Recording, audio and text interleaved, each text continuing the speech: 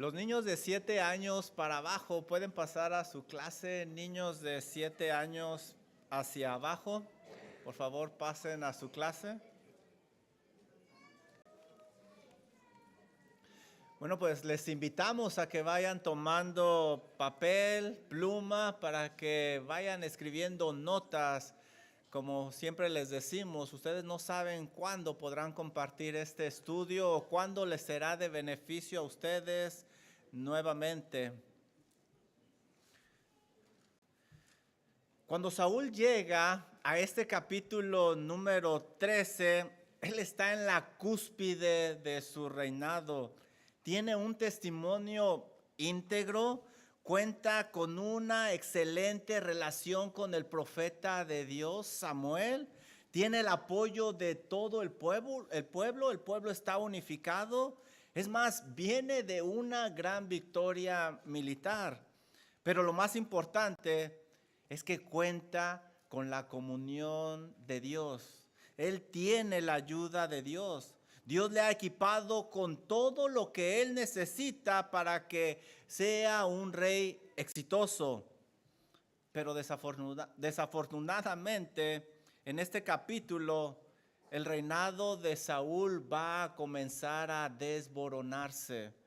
La Biblia tiene una gran cantidad de personajes bíblicos que nos alertan que están como Saúl, que tienen todo para hacer cosas grandes por su Dios, pero por sus locuras, terminan siendo un juguete del diablo. Tenemos el ejemplo de Acán. Hermanos, Acán ya estaba en la tierra prometida, pero murió apedreado a causa de su ambición, una locura. Tenemos el ejemplo de Sansón, el cual contaba con una fuerza sobrenatural, pero terminó siendo el juguete de los filisteos a causa de sus locuras. ¿Qué tal Judas? Judas estuvo con el Señor Jesucristo por 3 años, pero terminó sirviéndole al mismo diablo. El día de hoy seremos testigos de cómo Saúl se va a unir a esta lista de personas que tenían todo para hacer cosas grandes para Dios y terminaron siendo un juguete del diablo. Dios, por medio del profeta Samuel, ya le había advertido a Saúl la gravedad de desobedecerle. Dice Primera de Samuel 12:15 lo siguiente: mas si no oyereis la voz de Jehová, y si fuereis rebeldes a las palabras de Jehová, la mano de Jehová estará contra vosotros como estuvo contra vuestros padres. Pero Saúl decidió actuar locamente, haciendo las cosas a su manera. Es mi oración que este estudio, en verdad, este estudio sea un despertar, una alerta para cada uno de nosotros. Hoy estudiaremos 3 elementos en la vida de Saúl que te animarán a no cometer una locura y arruinar tu futuro. 3 elementos en la vida de Saúl que te animarán a no cometer una locura y arruinar tu futuro. Las presiones de la vida de Saúl, la decisión tomada por Saúl y el precio que pagaría Saúl es lo que vamos a estudiar en esta tarde. Comencemos viendo la presión a la cual fue sometido Saúl y cómo reaccionó para que nosotros aprendamos cuando estemos bajo presión. Mira lo que dice el versículo número 1 de Primera de Samuel, capítulo número 13. Y había reinado Saúl 1 año, y cuando hubo reinado 2 años sobre Israel, escogió luego a 3,000 hombres de Israel, de los cuales estaban con Saúl 2,000 en Micmas y en el monte de Betel, y 1,000 estaban con Jonatán en Gabaa de Benjamín, y envió el resto del pueblo, cada uno a sus tiendas. El ejército de Saúl se dividió en 3 partes, 2,000 con él y 1,000 con su hijo Jonatán, y el resto fue enviado a sus casas. El que Saúl enviara a estos soldados a sus casas fue un error muy grave, como lo vamos a ver más adelante. Versículo número 3. y Jonatán, este es el hijo de Saúl. Y Jonatán atacó a la guarnición de los filisteos que había en el collado, y lo oyeron los filisteos. E hizo Saúl tocar trompeta por todo el país, diciendo: oigan los hebreos. El hijo de Saúl comenzó la arremetida en este ataque contra los filisteos, y eso los hizo enojar. Saúl supo que ahora estaban bajo alarma y lo hizo saber a todo Israel. Versículo número 4. Y todo Israel oyó que se decía: Saúl ha atacado la guarnición de los filisteos, y también que Israel se había hecho abominable a los filisteos. Y se juntó el pueblo en pos de Saúl en Gilgal. Toda la nación supo que el ataque israelita había provocado a los filisteos y que ellos iban a contraatacar. Por eso se unificaron. Versículo número 5. Vean el tipo de ataque de los filisteos. Entonces los filisteos se juntaron para pelear contra Israel. 30,000 hombres, 6,000 hombres de a caballo y pueblo numeroso como la arena que está a la orilla del mar. Y subieron y camparon en Mixmas, al oriente de Bet-Aven. El ejército de los filisteos era muy superior a los israelitas, que solo contaban con 3,000 hombres. Humanamente hablando, no había posibilidad de que los israelitas ganaran esta batalla. Además, ellos venían, los filisteos, con carros de guerra, lo cual les daba una ventaja más grande. Y como veremos más adelante, estaban bien armados y los israelitas no contaban con armamento. Versículo número 6. Cuando los hombres de Israel vieron que estaban en estrecho porque el pueblo estaba en aprieto, se escondieron en cuevas, en fosos, en peñascos, en rocas y en cisternas. El pueblo de Israel, al verse superado por el ejército enemigo, tuvieron que huir y tuvieron que esconderse. Versículo 7. Y algunos de los hebreos pasaron el Jordán a la tierra de Gad y de Galaad, pero Saúl permanecía aún en Gilgal y todo el pueblo que iba tras él temblando. El ejército israelita se esparció, pero Saúl permaneció en Gilgal, pero el pueblo estaba muerto de miedo. Así no se puede pelear. Ellos sabían lo delicado de la situación y que sus vidas estaban en peligro, en un grave peligro. Definitivamente necesitaban un verdadero milagro para poder salir de esa situación tan peligrosa. ¿Qué debía de hacer el rey de Israel, Saúl, y el ejército ante tal peligro? Dios ya se los había dicho anteriormente. Permítanme leerles Deuteronomio 20, del 1 al 4, lo que ellos debían de hacer. Dice el Señor: cuando salgas a la guerra contra tus enemigos, como en este caso, contra los enemigos filisteos, si vieres caballos y carros, como en este caso, y un pueblo más grande que tú, como en este caso, no tengas miedo de ellos. Dios ya les había dicho que no tuvieran temor. ¿Por qué? Mira lo que dice el resto del versículo. Porque Jehová tu Dios está contigo. No debían dejarse llevar por su vista, sino por la fe en Dios. Dice el resto del versículo: Dios te sacó de la tierra de Egipto. El Señor les da un ejemplo de cómo es poderoso y cómo cuida de ellos. Versículo 2. Y cuando os acerquéis para combatir, se pondrá de pie el sacerdote y hablará al pueblo. El sacerdote jugaba un papel muy importante. Y el sacerdote dirá: oye Israel, vosotros os juntáis hoy en batalla contra vuestros enemigos. No desmaye vuestro corazón, no temáis, ni os azotéis, ni tampoco os desalentéis delante de ellos. Porque Jehová vuestro Dios va con vosotros para pelear por vosotros contra vuestros enemigos y para salvarlos. La presencia del sacerdote era clave, era importante porque animaría al pueblo a confiar en Jehová de los ejércitos. La victoria para Israel no estaba en la cantidad de soldados, ni en el armamento, ni en la estrategia militar. La victoria para Israel estaba en su fe. Tenían que confiar en su Dios plenamente y obedecerle. Esta presión llegó al rey de Israel. Estaba desesperado porque Samuel, quien le había prometido que iba a llegar, no llegaba. Miren el versículo número 8. Y Saúl y él esperó 7 días conforme el plazo que Samuel había dicho. Hasta aquí Saúl va bien, está esperando al sacerdote, al profeta de Dios.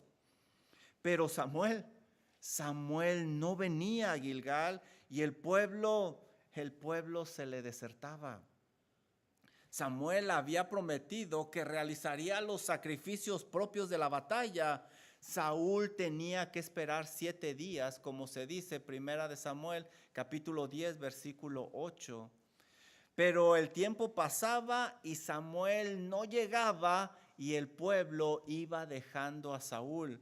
Los filisteos se iban acercando cada vez más y más y el ejército ejercía una gran presión sobre ellos. Los enemigos estaban armados fuertemente y ellos no contaban con armas, como dice el versículo 22 de este capítulo.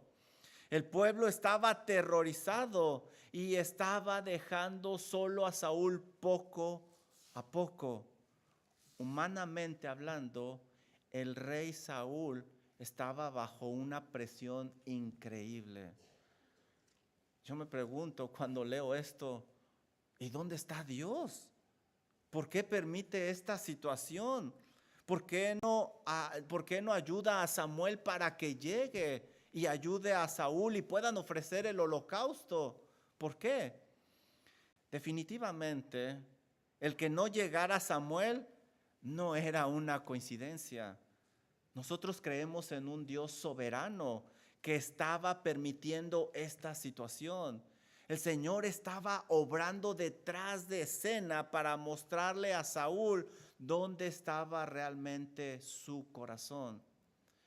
¿Sabes?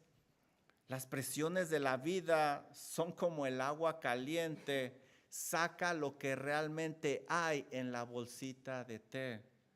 Dios en su soberanía permite presiones en tu vida para que te des cuenta dónde realmente está tu fe en Dios. Eso es lo que estamos viendo aquí. ¿Qué harías tú en una situación así? ¿Esperar tal como lo pide Dios o ceder a la presión del pueblo y de los enemigos y lanzarte a pelear? Veamos qué va a hacer Saúl. ¿Qué decisión tomó el rey de Israel? Ya vimos la presión de Saúl, que fue nuestro punto número 1. Ahora nuestro punto número 2 va a ser la decisión tomada por Saúl. Miren la decisión que él tomó, versículo número 9. Entonces dijo Saúl, traedme holocausto y ofrenda de paz, y ofreció el holocausto. Saúl decidió hacer sus propias reglas y no esperar a que llegara el profeta de Dios para que él ofreciera el holocausto. Saúl no era ni sacerdote ni profeta, él era el rey de Israel, ese no era su trabajo. La orden era esperar 7 días y esa orden venía de Dios. Samuel era solo un representante del Señor. Esto era un claro indicativo de que el rey Saúl no iba a obedecer a Dios. Con esta desobediencia, Saúl se estaba arrojando de la cúspide y tirando su reinado por la borda para comenzar a caer hasta lo más bajo. Quizá tú nunca vas a estar en una guerra con un gran ejército donde la gente te va a abandonar. Es muy poco probable, pero seguramente presiones van a venir a tu vida de diferentes maneras para que no obedezcas lo que Dios pide de ti. Tus deseos carnales, la gente mundana que te rodea, el mundo pecaminoso, van a poner mucha presión sobre ti. No cedas, no cedas, busca una salida.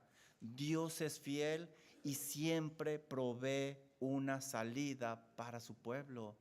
Dice Primera de Corintios 10:13 que no nos ha sobrevenido ninguna tentación que no sea humana, pero fiel es Dios que no os dejará ser tentados más de lo que podáis resistir, sino que juntamente con la tentación dará la salida para que podáis soportar. No cedas. No conozco una persona que se haya arrepentido por no ceder a la presión, pero sí conozco muchos que se han arrepentido por haber cedido a las presiones y haber caído en pecado. Miren lo que dice el versículo 10, una coincidencia, diría el mundo. Y cuando Saúl acababa de ofrecer el holocausto, ¿qué creen que pasó? He aquí Samuel que venía y Saúl salió a recibirle para saludarle. Qué gran casualidad, ¿no crees? En cuanto terminó Saúl de ofrecer el holocausto, llega Samuel. La realidad es que no existe tal cosa como coincidencia o casualidad, sino el Dios soberano trabajando en la vida de las personas. Dios lo ordenó así para que saliera lo que realmente había en el corazón de Saúl y que todos nosotros lo pudiéramos ver. Si tan solo hubiera esperado Saúl un poquito más de tiempo, Dios le hubiera bendecido, pero por el contrario, somos testigos de que ha comenzado el declive del reinado de Saúl. Este es el pecado de muchas personas. No quieren esperar. Se adelantan al tiempo de Dios y terminan cayendo en pecado horriblemente. Las cosas en el tiempo de Dios son las que salen bien, hermano.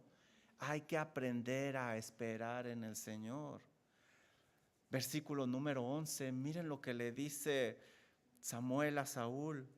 Entonces Samuel dijo, ¿qué has hecho? Obviamente, esta es una pregunta retórica. Samuel sabía exactamente lo que Saúl había hecho. La pregunta es una gran exclamación que expresaba la intensidad del pecado del rey de Israel. Dice el resto del versículo, y Saúl respondió, lo siento, perdóname, he pecado. ¿Así dice tu Biblia? No. Y Saúl respondió, porque vi. Y eso es clave. Con sus palabras, con estas palabras, porque vi, Saúl muestra su nivel espiritual real. Indica que anda por vista y no anda por fe, como lo cantamos hace rato. Dios ya le había prometido que estaría con él y se lo había demostrado anteriormente. Dice Primera de Samuel 10:9 que ya estudiamos. Y cuando te haya sucedido estas señales, Saúl, haz lo que te viniera a la mano porque Dios está contigo. Primera de Samuel 11:6. Al oír Saúl estas palabras de amenaza de los enemigos, el Espíritu de Dios vino sobre él con poder. Saúl debía de enfrentar esta dura situación con la fe puesta en el Señor, no con los ojos puestos en los filisteos. El creyente anda por fe y no por vista. ¿Qué más dijo Saúl? Versículo número 11. Y Saúl respondió, porque vi, el pueblo se me desertaba y que tú no venías dentro del plazo señalado y que los filisteos estaban reunidos en Micmas. Saúl, lejos de reconocer su pecado de desobediencia, ahora está descargando su culpabilidad en los demás. Parecía que Saúl le está diciendo a Samuel, ¿sabes qué, Samuel? Pues ¿qué querías que hiciera? La culpa es del pueblo que me está dejando y de los filisteos que me están atacando. Además, la culpa es tuya, Samuel. Tú dijiste que en 7 días ibas a venir y no llegabas. Saúl, a pesar de estar consciente de su desobediencia, no aceptó su responsabilidad y lo único que dio fueron excusas que no tenían ningún valor ante Dios. ¿Te fijaste las palabras de Saúl? Pon atención en esto. Me dije. Este verso refleja este aspecto pecaminoso en quién está pensando Saúl. ¿Te fijaste? Contra mí. Y yo no he implorado. Me esforcé. Yo ofrecí. Para este rey, lo importante no es el pueblo, mucho menos el Dios del pueblo. Lo importante es Él mismo. Su seguridad está por encima de todos. Otra cosa horrible que vemos en este versículo es que Saúl está usando el holocausto como un amuleto. No importa cómo lo haga o qué tan sucias tenga sus manos, con tal de que lo haga, bueno, pues vamos a darle para adelante. Él dice que quería implorar el favor de Dios y esto se escucha muy espiritual, pero ¿lo habrá aceptado Dios? ¿Lo habrá recibido? Mira lo que le va a decir Samuel más tarde, unos capítulos más adelante, primera de Samuel 15:22 dice, y Samuel le dice a Saúl, ¿se complace Jehová tanto en los holocaustos y víctimas como en que se obedezcan a las palabras de Jehová? Ciertamente el obedecer es mejor que los sacrificios y el prestar atención que la grosura de los carneros.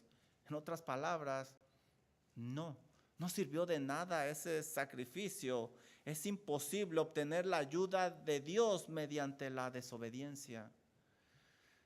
Mira el vocabulario religioso que él usa, es interesante.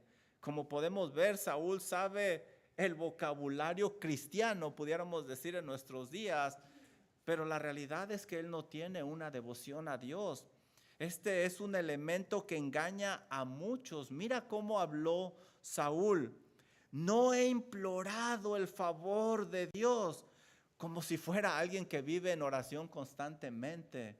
Pero se oye bonito a pantalla, ¿no crees? Me esforcé como si hubiera dado un paso de fe enorme.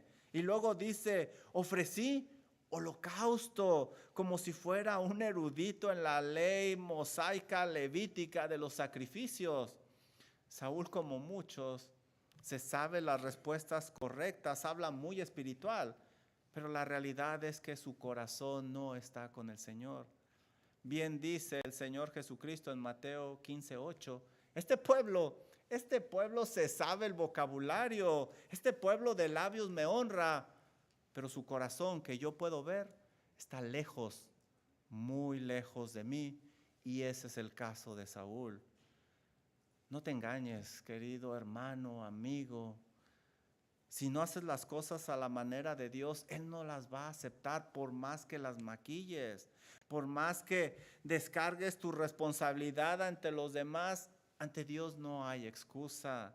Para Dios lo más importante antes que hacer sacrificios es obedecer, obedecer. Juan 14:15 dice, si me amáis, guardad mis mandamientos. La mejor manera de mostrar nuestro amor, devoción y lealtad a nuestro Salvador es obedeciendo, obedeciendo. Bueno, ya vimos la presión a la cual fue sometido Saúl y cómo respondió a esa presión. Ya vimos esto y ahora vamos a ver las consecuencias de esa decisión que tomó Saúl. Y este va a ser nuestro tercer punto, el precio que pagaría Saúl. Versículo número 13, miren lo que dice. Entonces Samuel le dijo, locamente. Es decir, neciamente, tontamente has hecho. Samuel reprende fuertemente a Saúl a causa de este pecado. Actuar locamente es comportarse de una manera que manifiesta una falta de sabiduría, de entendimiento. Es actuar sin pensar, es actuar sin medir las consecuencias de nuestros actos. Al llegar a este capítulo, Saúl se encontraba en la cúspide de su reinado. Había venido de unificar el pueblo, de obtener una gran victoria militar, de darle la gloria a Dios. ¿Recuerdan? Estudiamos en 1 Samuel 11:13 las palabras de Saúl. Saúl dijo: no morirá ninguno, porque hoy Jehová ha dado salvación en Israel. Pero ahora locamente, Saúl, el rey de Israel, ha decidido aventarse de la cima por medio de una locura hacia el precipicio de la desobediencia. ¿Dónde quedó ese Saúl que comenzó obedeciendo y dependiendo de Dios? ¿Dónde está? ¿Qué pasó con él? Se fue. Realmente se fue para no regresar. Y aquí comienza su declive con tan solo una locura que tendrá un alto precio. Los grandes declives, así es como comienzan, con una sola locura pecaminosa. No es verdad lo que la mayoría dice: no va a pasar nada. En mi caso va a ser diferente. No, yo voy a estar bien. El pecado es muy, muy sutil. Te lleva a dar el primer paso, la primera mordida, para que después no puedas detenerte. ¿Qué se dirá de ti en algunos años? Todo va a depender de tu obediencia el día de hoy. Miren lo que dice el resto del versículo 13. Locamente has hecho. No guardaste el mandamiento de Jehová tu Dios que él te había ordenado. Saúl no desobedeció al profeta de Dios, sino a Dios, quien le había dado la orden por medio del profeta. No guardó el mandamiento de Dios, es decir, no lo valoró, no lo apreció, no lo atesoró. Por el contrario, despreció la ley de Dios horriblemente, como si no tuviera ningún valor. Esto realmente es una radiografía de corazón de Saúl que muestra que había rebeldía en él. Muy escondida, muy sutil, pero ahí estaba en ese corazón. Ese corazón no iba a obedecerle a Dios. A partir de este momento vas a ver tú que es desobediencia tras desobediencia. Saúl quería hacer sus propias reglas, vivir a su manera y no seguir las órdenes de Dios. Indirectamente, si pones atención, Saúl se está creyendo más sabio que Dios, por eso está haciendo las cosas a su manera. Por eso él quiere tomar el control desde este momento. Pero eso lo va a pagar muy caro. Samuel, como fiel profeta de Dios, ya le dijo a Saúl que ese holocausto que ofreció está mal, estuvo grave, pero ahora le va a dar las consecuencias, el precio de su locura. Mira lo que dice el final de este versículo 13. Pues ahora Jehová hubiera, y subraya esa palabra hubiera, porque no sé tú, pero yo la encuentro muy triste. Hubiera confirmado tu reino sobre todo Israel para siempre, para siempre. Esto aseguraría la descendencia, pero no más. Mas ahora tu reino no será duradero. Samuel le dice el precio de su locura.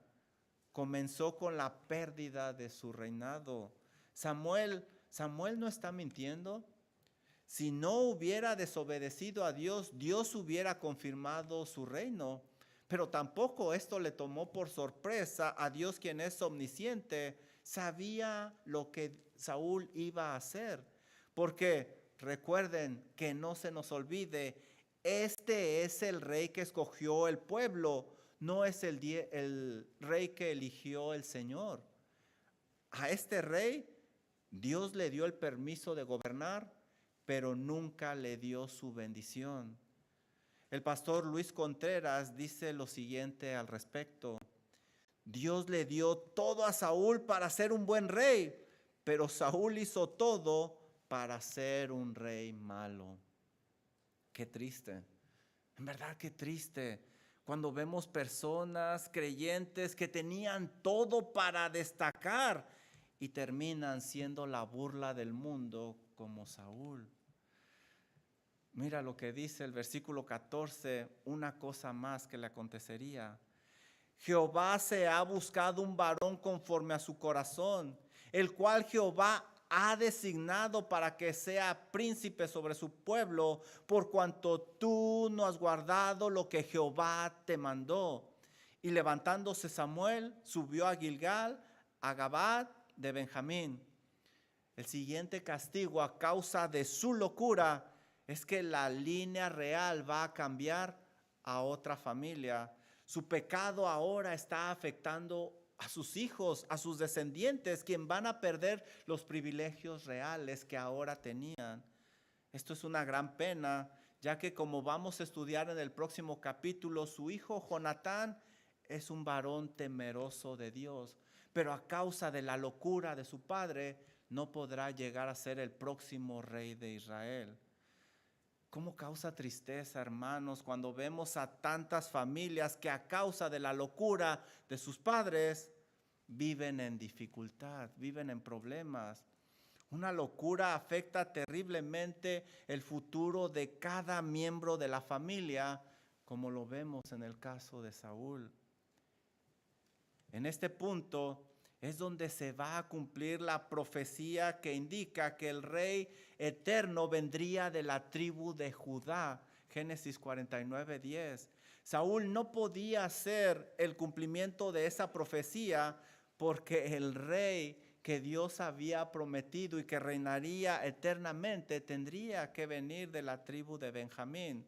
Dice Génesis 49:10 lo siguiente: de la tribu de Judá: no será quitado el cetro de Judá, ni el legislador de entre sus pies, hasta que venga Silo y a él se consagrarán los pueblos. Saúl era de la tribu de Benjamín, pero el rey, el próximo rey, vendrá de la tribu de Judá hasta llegar a nuestro Señor Jesucristo. Dios estaba buscando un hombre con espiritualidad, mientras, si tú recuerdas, el pueblo estaba buscando a un hombre con personalidad únicamente, como el resto de las naciones. Si te identificas con Saúl y estás en una situación de mucha presión, quizá presión de la gente, del temor, el deseo carnal, de hacer tus propias reglas, el impulso, qué sé yo, si estás bajo alguna presión, vete en este espejo y arrepiéntete. No actúes locamente, estás a punto de cambiar el curso de tu vida. Pon tu mirada en Dios y no en el hombre. Espera en el tiempo de Dios. No actúes precipitadamente. Confía en Dios, obedécele, vive por fe y no por vista. No actúes locamente por lo que más quieras. Pero la locura mayor que puedes cometer es ignorar el mensaje de la palabra de Dios que te está alertando en esta noche. Esa sería la locura más grande, cerrando tus oídos para seguir locamente con esa locura. Por lo que más quieras, arrepiéntete. No tires todo a la borda como lo hizo Saúl. ¿Qué hizo Saúl después de esta reprensión? ¿Se arrepintió? ¿Buscó a Dios profundamente en oración? ¿Tú qué harías? ¿Tú qué harías? Mira el resto del versículo 15. ¿Y Saúl? Saúl contó la gente que se hallaba con él como 600 hombres. ¿Qué? ¿Te fijas lo que estamos leyendo? Se puso a contar la gente. Se le acaba de informar que no está bien con Dios y se pone a contar la gente en lugar de ir a buscar el rostro de Jehová de los ejércitos en oración y humillarse ante el Todopoderoso. El precio de una locura es muy alto, hermanos. Es muy alto porque viene de un corazón orgulloso que no puede pensar más. Lo más importante era ponerse a cuentas con Dios y no seguir a contar la gente que estaba con él. Saúl tiene más miedo de los filisteos que de la ira de Dios que va a venir sobre él. No cabe duda que este hombre ya no está pensando. Si estás en pecado, no sigas con tu vida como si nada hubiera pasado, como lo está haciendo Saúl. Lo que debes de hacer es ponerte a cuentas con Dios. Esa debe de ser tu prioridad. Si no lo haces, estarás cayendo sobre un precipicio del cual será muy difícil salir. El resto de este capítulo y el resto de la vida de Saúl se trata de la guerra de Saúl contra los filisteos. Dice Primera de Samuel 15:52 lo siguiente: y hubo guerra encarnizada. Sí, esa es la palabra que está usando la Biblia. Y hubo guerra encarnizada, es decir, sangrienta, con muchas muertes contra los filisteos todo el tiempo de Saúl. Y a todo el que Saúl veía que era hombre esforzado y apto para combatir, lo juntó consigo. ¿Sí? No habría paz y sí habría muchas muertes. ¿Por qué? A causa de un rey inicuo que no quiso humillarse delante de Dios y obedecerle. ¿Cuántas personas no viven una vida batalla tras batalla tras batalla como Saúl a causa de su pecado? ¿Qué diferencia sería si estas personas doblaran sus rodillas y buscaran el rostro de Dios arrepentidos, buscando al príncipe de paz? Dice Proverbios 16:7. Cuando los caminos del hombre son agradables a Jehová, ¿qué sucede? Aún a sus enemigos hace estar en paz con él. Para experimentar una verdadera paz, Saúl lo primero que tenía que hacer es buscar la paz de Dios, pero no lo hizo. No lo hizo. Termino con esto. Se dice que la reputación de toda una vida de un hombre depende de la conducta de un solo minuto. Y la reputación de Saúl caerá hasta lo más bajo por una locura cometida en un minuto. Hermano, una locura. Solo una locura tiene un alto precio. Una locura descalifica a un pastor del ministerio. Una locura, solo una locura lleva a la jovencita a perder su pureza. Una locura, solo una locura introduce al joven al mundo de las drogas, del cual va a ser casi imposible que salga. Una locura, solo una locura le roba la credibilidad y la reputación a un hombre. Una locura, solo una locura destruye la confianza de un hombre. Una locura, sí, solo una locura destruye iglesias, ministerios, ministros, naciones, familias, padres, madres e hijos. La locura de Adán afectó a cada ser humano de la creación hasta este momento. La locura de Abraham provocó un conflicto en el Medio Oriente. Hasta hoy podemos apreciar los estragos de esa locura. La locura de Moisés al golpear la roca no permitió que él entrara a la tierra prometida, y eso que sacó a la gente y estuvo con ellos en el desierto por 40 años. La locura de David hizo que la espada nunca se apartara de su casa hasta que murió. Una locura, sí, una sola locura. La única solución para no caer en una locura es ir en arrepentimiento y fe a Cristo Jesús. Solo Él podrá proporcionarnos la sabiduría, las fuerzas para no caer en este mundo de pecado. Es mi oración que tu vida no sea un reflejo de la vida de Saúl. Es mi oración que vayas a Dios. Mira, Dios le dio todo a Saúl para ser un gran rey, pero llegó a ser nada.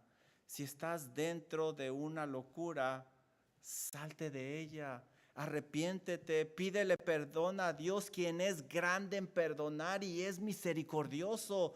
Por lo que más quieras, arrepiéntete. Si estás a punto de hacer una locura, aprende de las consecuencias en la vida de Saúl. No lo hagas, porque puedes afectar no solo tu futuro, tu vida, sino la vida de tus seres amados. Si estás lejos de hacer una locura, mantente ahí y no te dejes contaminar por aquellos que quieren jalarte a una locura, porque el precio a pagar de una locura, solo una locura, es muy alto. Vamos a orar. Amado Señor y Dios y Padre Celestial, gracias por su palabra, Señor, esta gran alerta. Yo no conozco la vida, los corazones de las personas que están aquí, pero usted sí, Señor. Pido, Padre Celestial, por cada uno de nosotros, que lejos esté de nosotros, que a través de una locura nuestra, el nombre de Cristo Jesús sea blasfemado. Al contrario, Señor, que seamos obedientes, Padre Celestial, y que por medio de nuestra vida se dé honra y gloria a su santo nombre. Ayude a aquellos que quizás están en medio de pecado, en medio de una locura. Tenga misericordia, toque esos corazones, Padre Celestial, para que no caigan en este abismo en el cual quizás no podrán salir. Gracias por nuestro Señor Jesucristo, el cual nos promete que no nos dejará ser tentados más de lo que podamos resistir, sino que juntamente con la tentación dará la salida para que podamos soportar. Pido que nos ayude, Señor, nos dé las fuerzas para tomar esas salidas y salir limpios, dando honra y gloria a nuestro Salvador. Gracias, Padre Celestial, porque este mensaje de alerta puede despertar a muchos a no cometer una locura. Que su Santo Espíritu obre en cada corazón. Se lo suplicamos, se lo imploramos en el nombre de Cristo Jesús. Amén. Por favor, pónganse de pie y vamos a alabar y cantar una vez más, cantando Construiré mi vida. Vamos a alabar a nuestro Dios todos juntos.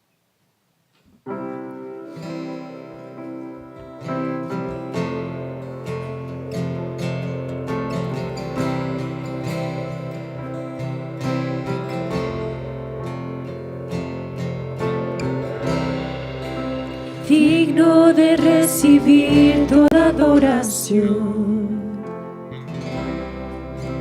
digno de recibir hoy esta canción, digno de entregar de mi corazón, vivo por ti.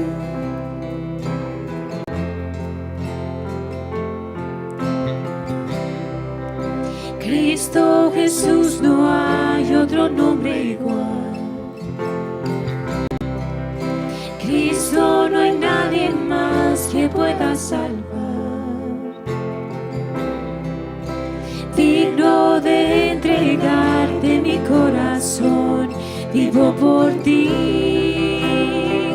vivo por ti. Y santo como tú no hay nadie, Dios incomparable,